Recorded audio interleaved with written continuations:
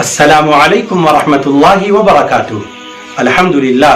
والصلاة والسلام علی رسول اللہ وعلی آلہ وصحبہ ومن والہ.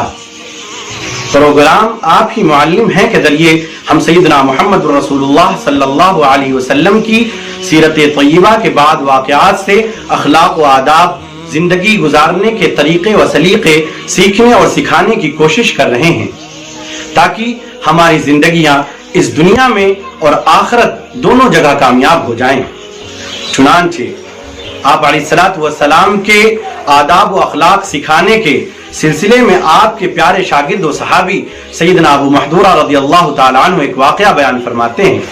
کون ابو محذورہ؟ وہ ابو محذورہ جن کی شرارت کی وجہ سے سیدنا محمد رسول اللہ صلی اللہ علیہ وسلم نے انہیں عالم اسلام کی ایک بڑی پوسٹ یعنی حرم مکی بیت اللہ شریف کا مؤذن مقرر فرما دیا تھا. کتاب مہارت الانصاب کے مصنف نے لکھا ہے اور میں نے بھی یہ بات ایک بڑے عرب عالم سے سنی ہے کہ سیدنا محمد رسول اللہ صلی اللہ علیہ وسلم کے اخلاق و آداب کی برکت سے سیدنا ابو محذورہ رضی اللہ تعالیٰ عنہ کی نسلوں میں ابھی تک حرم شریف کی مؤذنی کی سعادت باقی ہے. بہرحال سیدنا ابو محذورہ رضی اللہ تعالیٰ عنہ بیان فرماتے ہیں کہ میرے لڑکپن کا دور تھا اور میں محمد رسول اللہ صلی اللہ علیہ وسلم سے شدید نفرت کرتا تھا. یہ وہ زمانہ تھا جب محمد رسول اللہ صلی اللہ علیہ وسلم غزوہ طائف سے مکہ واپس آ رہے تھے اور آپ نے مکہ کے باہر اپنے ساتھیوں کے ساتھ پڑاؤ کیا ہوا تھا. میں اپنے چند دوستوں کے ساتھ محمد رسول اللہ صلی اللہ علیہ وسلم کی تلاش میں نکلا اور جب اس جگہ پہنچا جہاں محمد رسول اللہ صلی اللہ علیہ وسلم اپنے ساتھیوں کے ساتھ ٹھہرے ہوئے تھے تو میں نے دیکھا کہ صحابہ وہاں وضو کر رہے ہیں اور پڑاؤ سے اذان کی آواز آنی شروع ہوئی. ہم نے شرارت میں چڑھانے کی وجہ سے اذان کی آواز کی نقل کرنی شروع کر دی. صحابہ کو یہ بات بڑی بری لگی اور قریب تھا کہ وہ پکڑ کر ہماری پٹائی کر دیں، لیکن محمد رسول اللہ صلی اللہ علیہ وسلم نے انہیں اس بات سے منع فرمایا اور حکم دیا کہ ان کو ہمارے پاس لے کر کے آؤ. چنانچہ ہم 10 ساتھیوں کے ساتھ آپ صلی اللہ علیہ وسلم کی خدمت میں پیش کیے گئے. آپ صلی اللہ علیہ وسلم نے حکم دیا کہ اذان دو. چنانچہ ہم میں سے پہلے نے اذان دی، پھر دوسرے نے دی، پھر تیسرے نے دی. اسی طرح میرا 10واں نمبر تھا. جب میری باری آئی تو رسول اللہ صلی اللہ علیہ وسلم نے مجھ سے فرمایا کہ تم اذان دو.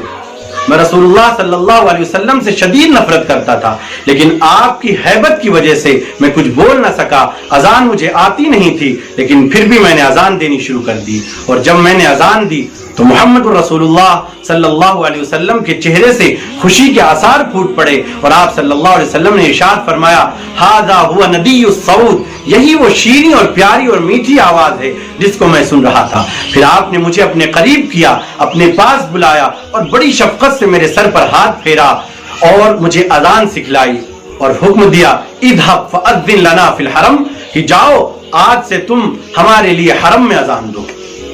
یہ عجیب و غریب اخلاقی، تہذیبی اور تعلیمی واقعات صرف سیدنا محمد رسول اللہ صلی اللہ علیہ وسلم کی سیرت طیبہ کے خزانے میں ہی مل سکتے ہیں. لہذا اگر ہم ان اسباب پر اور تعلیمات پر توجہ دیں اور ان کو اپنی ذاتی اور سماجی زندگی میں اتاریں اور ان پر عمل کریں تو ہماری سوسائٹی کے آدھے سے زیادہ مسائل خود بخود حل ہو جائیں گے.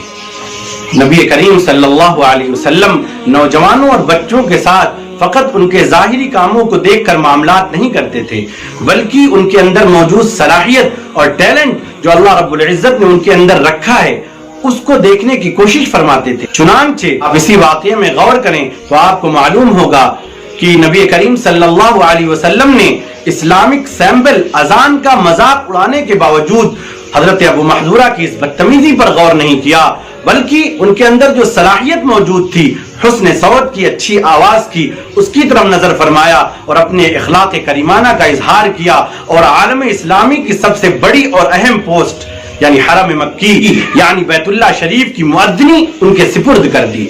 آپ غور فرمائیں کہ اگر اس پوسٹ پر اس زمانے میں کوئی آنا چاہتا ہے تو اس کو نہ جانے کتنے انٹرویوز اور امتحانات سے گزرنا پڑے گا، اس کے بعد وہ یہاں تک پہنچ سکتا ہے. لیکن رسول اللہ صلی اللہ علیہ وسلم کے اخلاق کریمانہ دیکھیے کہ ان کی صلاحیت کو دیکھا اور سلیکشن پر مہر لگا دی.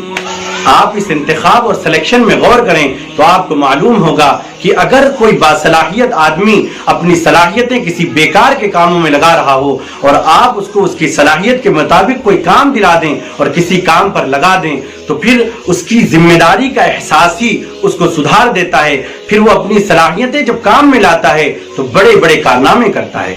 لہذا سیدنا ابو محذورہ رضی اللہ تعالی عنہ برابر حرم مکی میں اذان دیتے رہے اور آپ صلی اللہ علیہ وسلم کے اخلاق اور توجہ کی برکت سے دنیا میں مقبول و مشہور اور آخرت میں کامیاب ہوئے. نبی کریم صلی اللہ علیہ وسلم اسی طرح لوگوں سے اور خصوصاً نوجوانوں سے معاملات فرمایا کرتے تھے.